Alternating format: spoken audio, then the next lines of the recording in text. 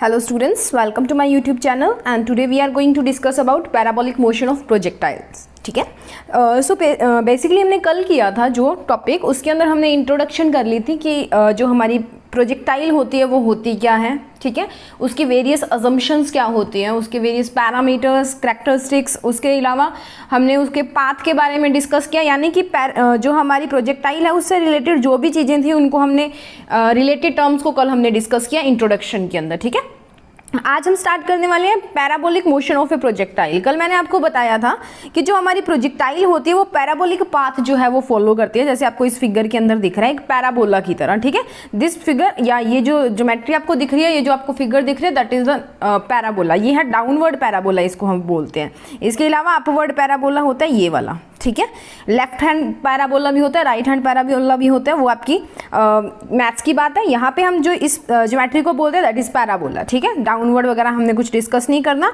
ये होता है हमारा पैराबोलिक पाथ. ओके, सो हमने क्या किया, कोई भी हमारे पास एक बॉल थी, आपके पास कोई बॉल है, आपने उस बॉल को फेंक दिया. ठीक है, आप ये कोई इंसान खड़ा है, ठीक है, इसके पास कोई बॉल थी, इसने ऐसे करके इस बॉल को फेंक दिया.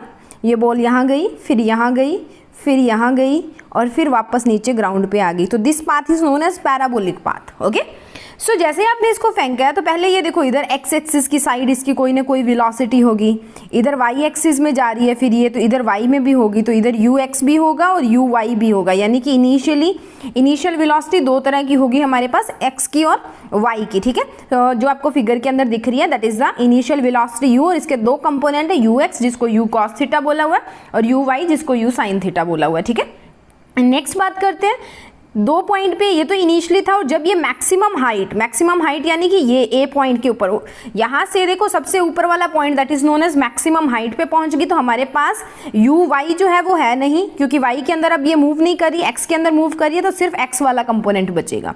ठीक है, फिर ये जब डाउनवर्ड आ रही है ना, डाउनवर्ड आई तो यू वाई जो है वो तो उल्टा हो गया ना, उल्टी वाई डायरेक्शन में आ रही है. डाउनवर्ड आने का मतलब ये था, जब ये यहाँ से चली थी तो ये ऊपर जा रही थी, तब y पॉजिटिव था. हम वेक्टर्स की बात करें ना, अब इस डायरेक्शन में क्या होता है, माइनस वाई होता है. ठीक है, जब आप कोऑर्डिनेट एक्सिस लेते हो तो ऐसे लेते हो ना कि ये x है और इस साइड माइनस एक्स होता है, ये y है और इस साइड माइनस वाई होता है. तो अब नीचे की तरफ आ रही है ना आपकी बॉल, तो माइनस वाई में जाएगी, तो ये जो यू वाई साइन थीटा था ये u y minus of sine theta बन जाएगा.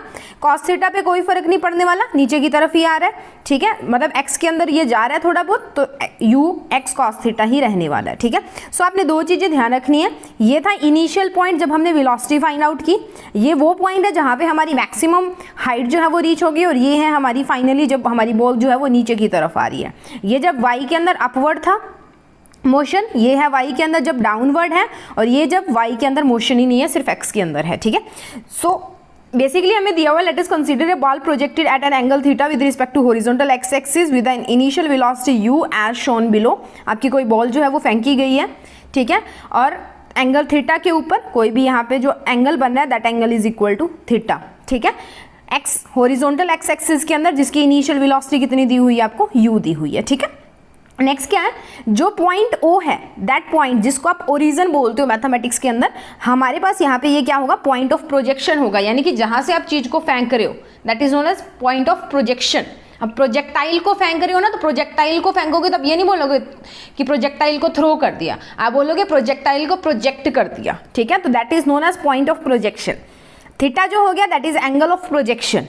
ठीक है, OB यहाँ पे आपको ये वाली लेंथ जो दिख रही है that OB is equals to horizontal range और सिंपली रेंज. ये होती है हॉरिजॉन्टल रेंज. ऊपर की तरफ जाओगे that is known as vertical range. यहाँ से यहाँ तक का ये जो डिस्टेंस होगा that is known as vertical range. ठीक है, उसके बाद में हमारे पास है कि the total time taken from यहाँ से यहाँ तक आने के लिए जितना टाइम आपका मान लो वो t टाइम ले रही है that is known as time of flight. Flight करने का मतलब क्या होता है, उड़ रहा है. बोलते हैं ना कि फ्लाइट में जाना है, फ्लाइट में मतलब हवाई जहाज में जब जाते होते हैं तो हवाई होना, हवाई का मतलब जब तक हवा में वो है. सो यहाँ से वो हवा में आनी शुरू हुई है और यहाँ पे आके उसका जो हवाई पाथ है वो खत्म हुआ है, तो that is known as time of flight. Okay, next देखते हैं. अब हमने क्या करना है कि जब इसकी डिफरेंट पैरामीटर्स हमने निकालने हैं प्रोजेक्टाइल से रिलेटेड, तो हम क्या करेंगे, अब मोशन की बात कर रहे हैं तो अगर हमने प्रोजेक्टाइल का मोशन निकालना है तो हम इक्वेशंस ऑफ मोशन यूज करेंगे, ठीक है। बस यहाँ पे आपने ए की जगह पे क्या पुट कर देना, माइनस जी पुट कर देना, आपने इतना ही चेंज करना इक्वेशंस ऑफ मोशन के अंदर।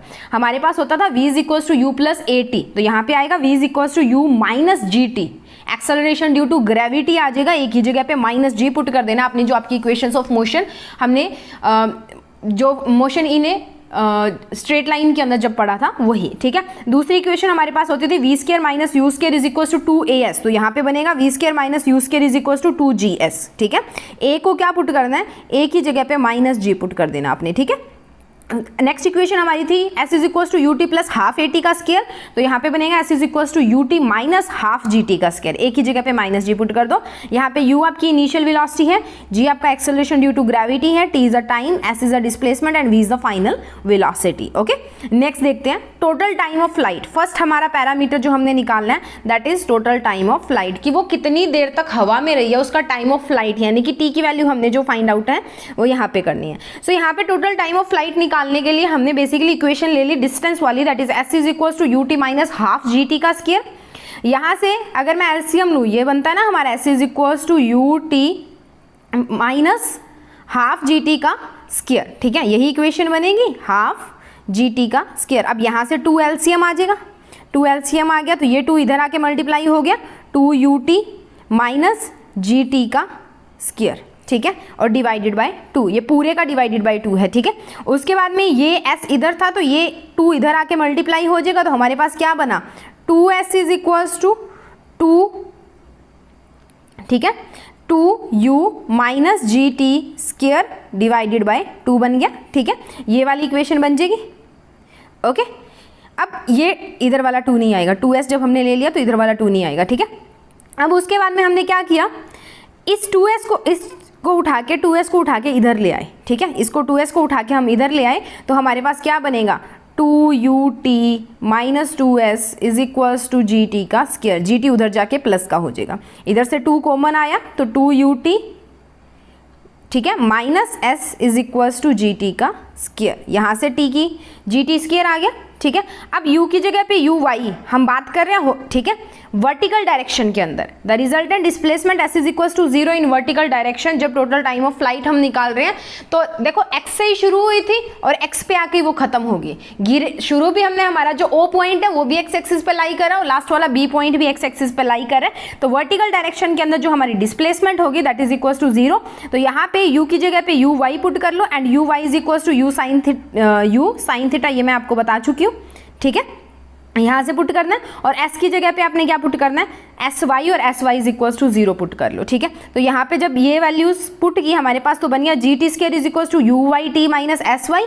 अब यू वाई टी किसके इक्वल है, यू साइन थीटा के इक्वल, और एस वाई किसके इक्वल है, 0 के इक्वल। तो यहाँ से हमारे पास किसके इक्वल आ गया, g t square is equals to 2t, s y तो खत्म हो गया, 0 आ गया, तो g t square is equal to किसके इक्वल बन गया, 2 यू वाई की जगह पे क्या आया, यू साइन थीटा, और साथ में मल्टीप्लाई कौन हो रहा है हमारा, t, ठीक है। तो इसको हम लिख सकते हैं क्या, अब इस t से ये t कैंसिल कर दो तो g इज इक्वल्स टू किसके इक्वल आ गया, g t is equals to 2u sine of theta. तो t की वैल्यू किसके इक्वल आएगी, t is equals to 2u sine theta divided by g, इसके इक्वल आ गई, ठीक है, ये बन गई हमारी। तो that is known as total time of flight. इसके न्यूमेरिकल्स आते हो तो आप डायरेक्टली ये फॉर्मूला अप्लाई करोगे, आपको u दिया होगा, g की वैल्यू आपको पता होती है 9.8 मीटर पर सेकेंड स्क्वायर होती है, और थीटा की वैल्यू भी आपको गिवन होगी, तो आपने जस्ट t की वैल्यू जो है वो निकालनी है। Next moving on to the another parameter that is horizontal range.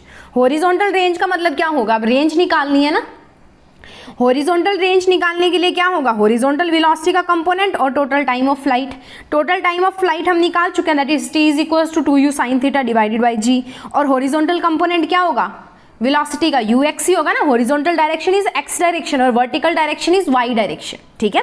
सो ये किसके इक्वल आ गया, हॉरिजॉन्टल रेंज को अगर हम r से लिखते हैं तो u cos थीटा इनटू, अब u जो है that ux is equals to, ux को हमने पुट किया है u cos थीटा, ठीक है, फिगर के अंदर आपको दिखाया था, दोबारा जाके फिगर देखो आपको पता लग जाएगा, ठीक है।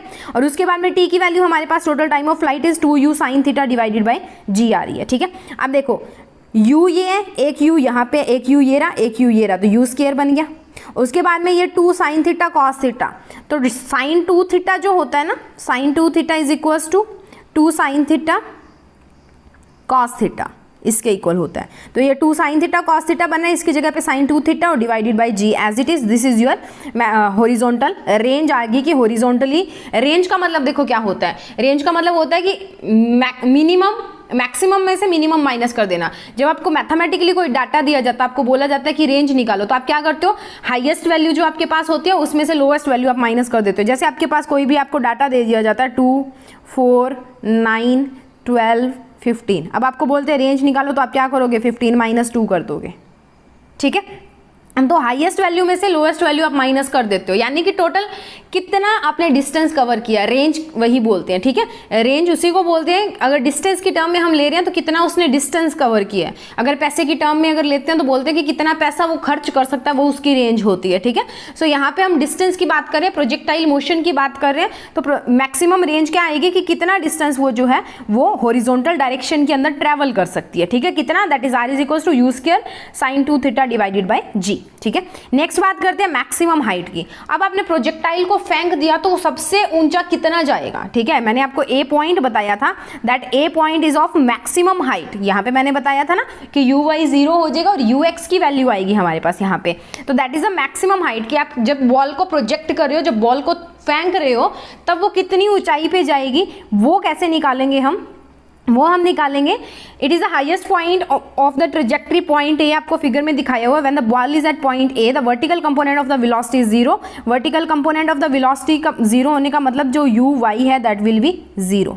नेक्स्ट हम इक्वेशन यूज करेंगे, that is v square minus u square is equal to -2gs, ठीक है। तो v square is equal to u square minus 2gs।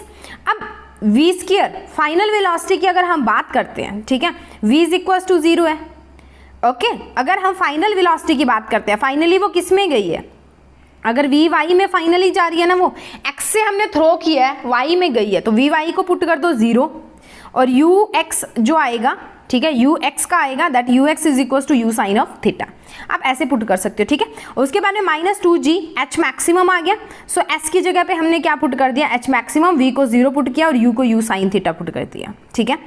अब नेक्स्ट हमारे पास एच मैक्सिमम किसके इक्वल आएगा, that is u square sine square theta divided by 2g, ठीक है। एच मैक्सिमम की वैल्यू आ गई, तो इसको थोड़ा सा रीअरेंज कर लो। Next and most important thing, that is the equation of trajectory.